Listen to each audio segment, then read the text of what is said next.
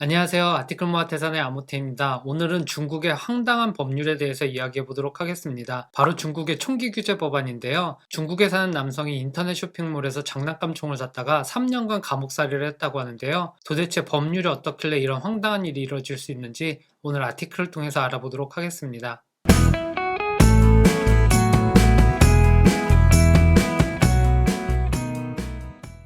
조금 전에 제가 한 남성이 인터넷 쇼핑몰에서 장난감 총을 샀다가 3년간 옥살이를 했다고 했는데요. 이 얘기 들으시자마자 어디에서 말도 안 되는 루머 가지고서 영상을 찍어 이렇게 생각하시는 분들도 있을 것 같은데요.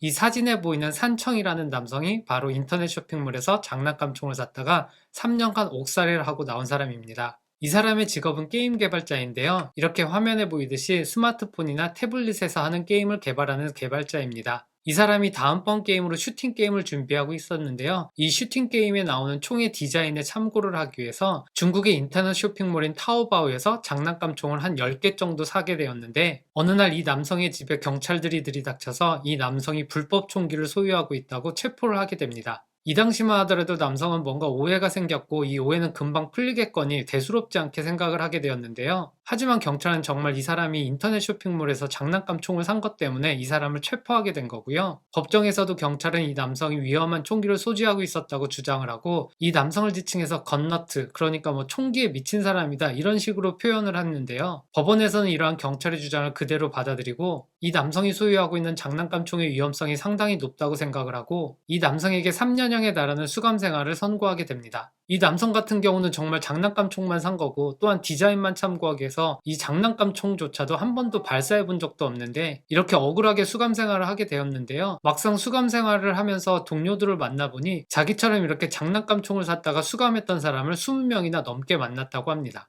그리고 이렇게 장난감 총을 샀다가 자기처럼 수감된 사람들의 대부분이 아이들의 아버지였다고 하고요. 이렇게 아이들을 위해서 장난감 총을 샀다가 수감이 되었다고 합니다. 이어지는 내용에서는 혹시나 여기까지 내용을 들으시고 이 사람이 장난감 총을 산 게 아니라 그 외에도 정말 총이 있어서 수감된 거 아니냐 이렇게 의심하는 사람들도 있을 것 같아서 이 기사에서는 이 남성의 오랜 지인을 통해서 이 남성이 정말 총기와는 전혀 관련이 없다라는 것을 다시 한번 강조해서 설명하고 있고요. 이 남성이 수감된 건 정말 장난감 총을 산 거고 이 남성의 잘못이 아니라 정말 어처구니 없는 중국의 법률 때문이라고 얘기하고 있습니다.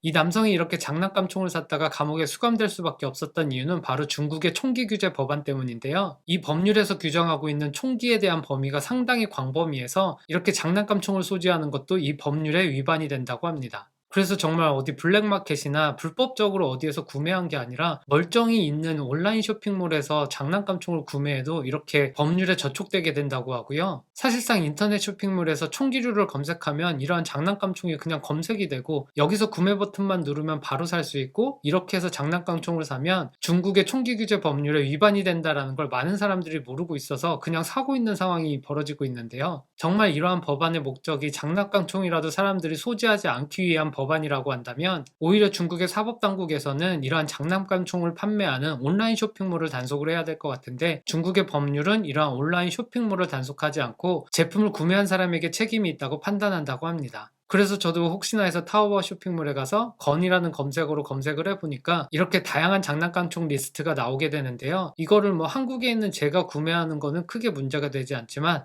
제가 중국에 살고 있고 중국인이라면 이 장난감 총을 타오바오 쇼핑몰을 통해서 구매하는 것만으로도 저는 감옥에 들어갈 수 있게 됩니다. 물론 이렇게 강력한 총기 규제 법안이 있기 때문에 중국에서는 총기로 인한 사고가 거의 일어나지 않고요. 우리나라 같은 경우도 개인들이 총기를 소지하는 것은 엄격하게 금지되어 있고 뭐 사냥이나 이런 용도로만 허가받고 총기를 구매할 수 있기 때문에 우리나라에서도 총기 관련 사고는 거의 일어나지 않고 있는데요. 이러한 측면에서 장점이 있음에도 불구하고 중국의 총기 규제 법안에 대해서는 여러 가지 논란이 있고 이러한 법을 집행하는 사법당국이나 경찰이나 이런 데에서도 이렇게 적용의 범위가 넓은 법의 해석에 대해서 논란의 여지가 있다고 다들 생각한다고 합니다. 거기에 더해 법원에서 선고를 내리는 판사 같은 경우도 이 총기 규제 법률의 해석의 범위에 대해서 명확하지 않다라고 생각을 하고 있다고 하고요. 이렇게 명확하게 규정되지 않은 법률이다 보니 뭐 스프링으로 작동하는 장난감 총을 가진 사람도 범죄자가 되는 구조가 되어 있다고 합니다. 그런데 중국의 총기 규제 법안이 예전부터 이랬던 건 아니라고 하고요. 1996년에 총기 규제 법안을 보면 실제로 어떤 총이 사람에게 쐈을 때 생명의 위험이 있거나 아니면 총을 맞았을 때 사람이 정신을 잃는 정도, 그 정도의 총을 규제하고 있었는데요. 지난 2010년에 조금 더 강화된 총기 규제 법안에 따르면 심하게는 종이 한 장을 뚫을 수 있는 정도의 위력을 갖고 있는 총들도 불법으로 규정을 한다고 합니다. 제가 초등학교 때 비비탄 총 같은 거 쏘게 되면 학교에서 친구들 사이에 종이 몇 장을 뚫을 수 있는지 이런 것들을 자랑을 했었는데, 그때 기억을 더듬어 보면 제가 갖고 놀던 비비탄 총 같은 경우도 종이 4-5장 정도는 쉽게 뚫었던 것 같은데요. 지금의 중국의 총기 규제 법률에 따르면 제가 초등학교 때 갖고 놀던 비비탄 같은 경우는 엄청나게 위험한 총기류로 분류될 것 같습니다. 그래서 이어지는 내용에서는 중국의 한 대학교에서 이루어지는 연구 결과에 대해서 나오고 있는데요. 중국의 인터넷몰에서 판매하고 있는 장난감 총을 무작위로 한 229개를 구매해서 테스트를 해봤는데, 이 229개의 장난감 총 모두가 현재의 중국의 총기 규제 법률에서는 모두 다 불법 총기류로 구분이 된다는 걸 밝혀냈다고 합니다.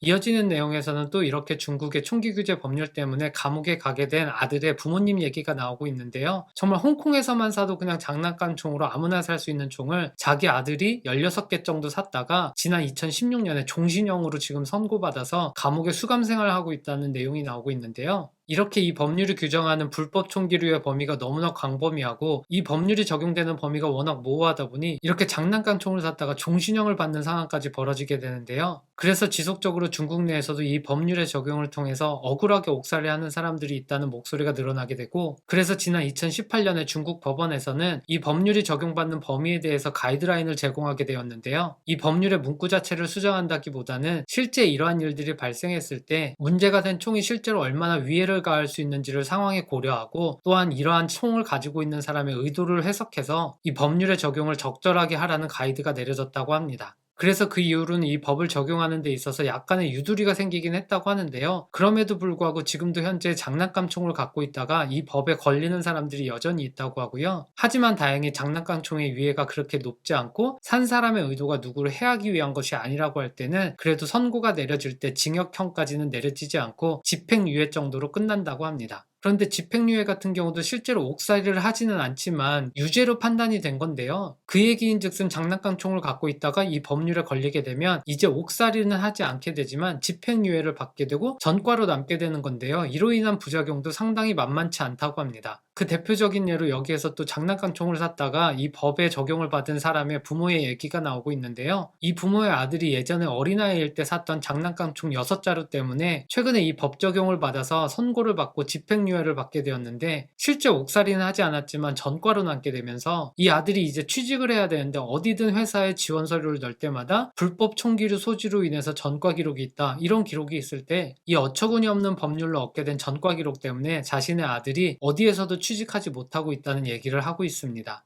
오늘 아티클은 여기까지고요. 이 내용을 들으신 분들도 여전히 믿기지 않을 것 같고, 저도 이 기사를 다시 꼼꼼하게 읽어봤지만 도저히 믿기지 않아서 여러 사이트를 돌아다녀 봤는데 정말 중국에서 이러한 일들이 벌어지고 있었고요. 사실 세상에는 정말 어처구니 없는 법률들이 많이 있는데 다 한때는 나름의 의미가 있어서 법률이 제정되었다가 세월이 흐르고 상황이 바뀌면서 더 이상 법이 제정됐을 당시의 의미가 사라지면서 법률상의 문자로는 존재하지만 실제 적용되지 않는 법률들에 대해서는 많이 들어보셨을 것 같습니다.